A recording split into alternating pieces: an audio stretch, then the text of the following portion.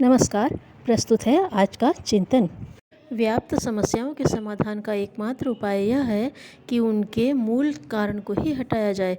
जैसा कि देखा जाता है कि स्वरूप कुछ और रहता है और कारण कुछ और। उसी प्रकार विभिन्न समस्याओं का कारण हमारे चिंतन में बैठी विकृतियां तथा दृष्टिकोण में आई गिरावट और विचारों में आई विसंगतियां हैं। व्यक्तिगत समस्याओं का सामूहिक रूप ही सामाजिक समस्याएं हैं और एक ही तरह के चिंतन दृष्टिकोण को ही जनमानस के प्रवाह की दिशा कहा जा सकता है।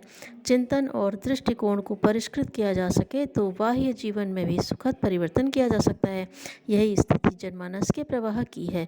उसे जैसी दिशा दी जाएगी उसी स्तर के सामाजिक परिवर्तन दृष्टिगोचर होने लगेंगे। मनुष्य की आस्थाएं, उसकी भावनाएं और उसकी मान्यताएं ही उसकी नियंत्रण कर्त्री शक्तियां हैं। उसके विचार ही उसके मर्म स्थल हैं, उसकी आस्थाएं ही उसके प्राण हैं और उन्हें प्रभावित कर ही मनुष्य को समाज तथा समाज को अभीष्ट दिशा दी जा सकती है। प्राचीन काल से अब तक के इतिहास पर दृष्टि दौड़ाने पर इस तरह के ढेरों उदाहरण मिल जाएंगे जिनमें कि इन मर्म स्थलों को छूकर व्यक्ति के जीवन की दिशा ही बदल गई। पुराण साहित्य में नारद तो मानो लोगों की जीवन दिशा बदलने के ही प्रतीक हैं।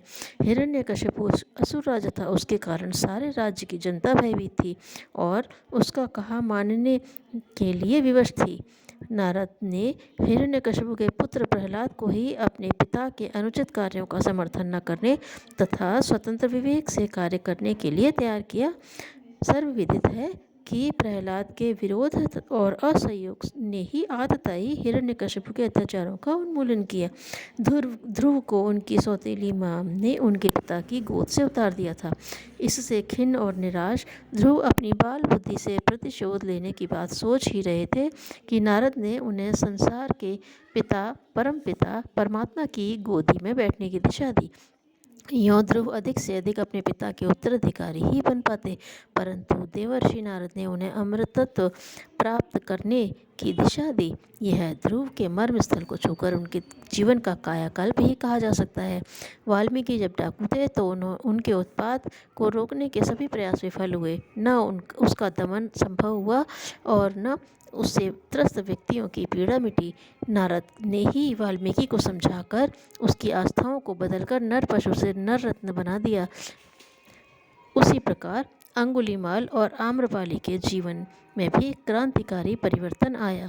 विचार और शिक्षण के द्वारा ऐसे व्यक्तित्व भी तैयार किए गए हैं जिन्होंने अपनी प्रतिभा और योग्यता के बल पर समाज से पतन के कारणों को दूर किया। 19वीं शताब्दी में भारतीय समाज धार्मिक दृष्टि से बड़ा ही मूढ़, संकीर्ण और अंधविश्वासी था। इन विडंबनाओं और फलश्रुति जीवन के अन्य पक्षों में भी होती। फलतः भारतीय समाज आस्थाओं और क्रियाकलापों की दृष्टि से दीनहीन, दरिद्र और निष्क्रिय बना पड़ा था। इस दीन स्थिति को देख कर स्वामी रामकृष्ण परमहंस रोया करते। उन्होंने स्वामी विवेकानंद को इस दृष्टि से तैयार करना आरंभ किया। स्वामी विवेकानंद पूर्व जीवन में प्रतिभाशाली किंतु बेकार युवक थे। स्वामी रामकृष्ण के शिक्षण से उनकी जीवन दिशा ही बदल दी और उन्होंने धार्मिक तथा सामाजिक पुनर्जागरण का ऐसा शंखनाद किया कि उनकी प्रतिध्वनि विदेशों में भी सुनाई दी। इसी प्रकार भारतीय समाज का पुनर्जागरण करने के लिए उसी युग में प्रज्ञाचक्षु स्वामी विरजानंद जी ने स्वामी दयानंद को तैयार किया।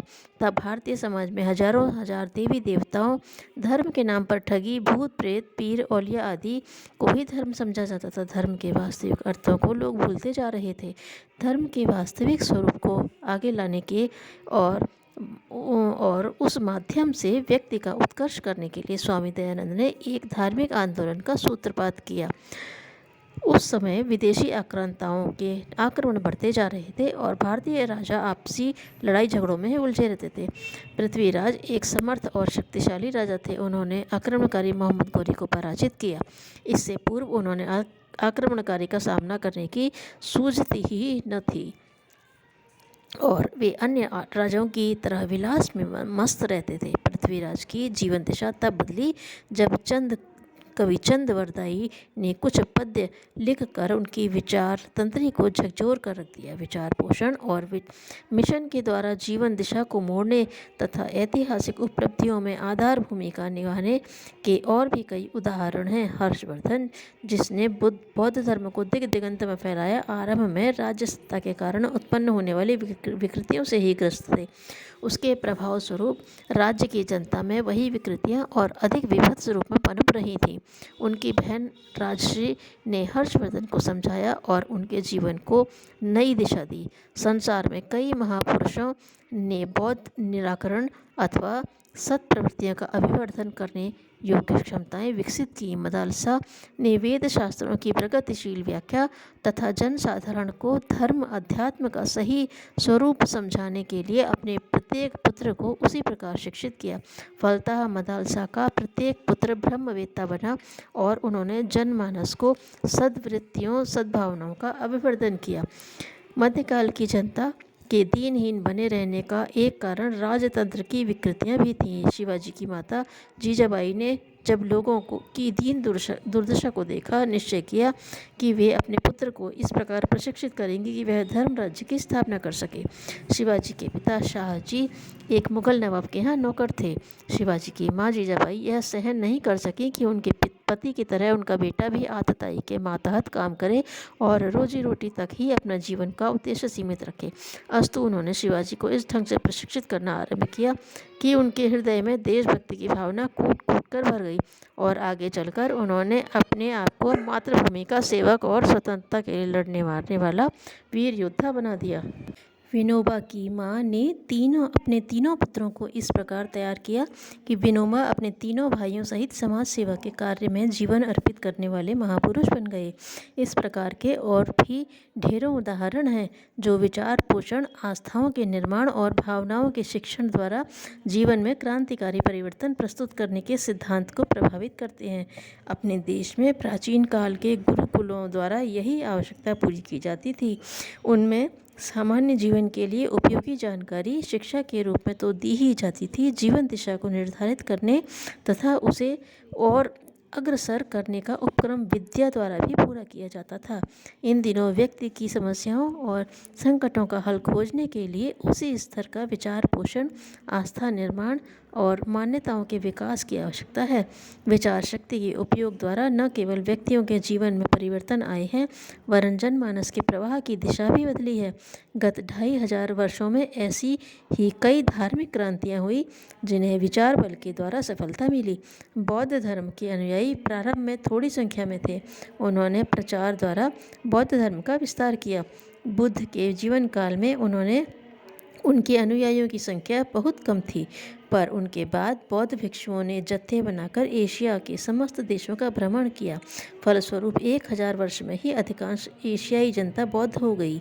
कुछ समय पूर्व तक चीन, तिब्बत, जापान, इंडोनेशिया, जावा, सुमात्रा, लंका आदि देश पूरी तरह बौद्ध थे। भारत के एक बड़े भाग में भी बौद्ध धर्म प्रचलित था। इस धार्मिक विजय का श्रेय बौद्ध दर्शन तथा उसकी विचार पद्धति को ही दिया जा सकता है।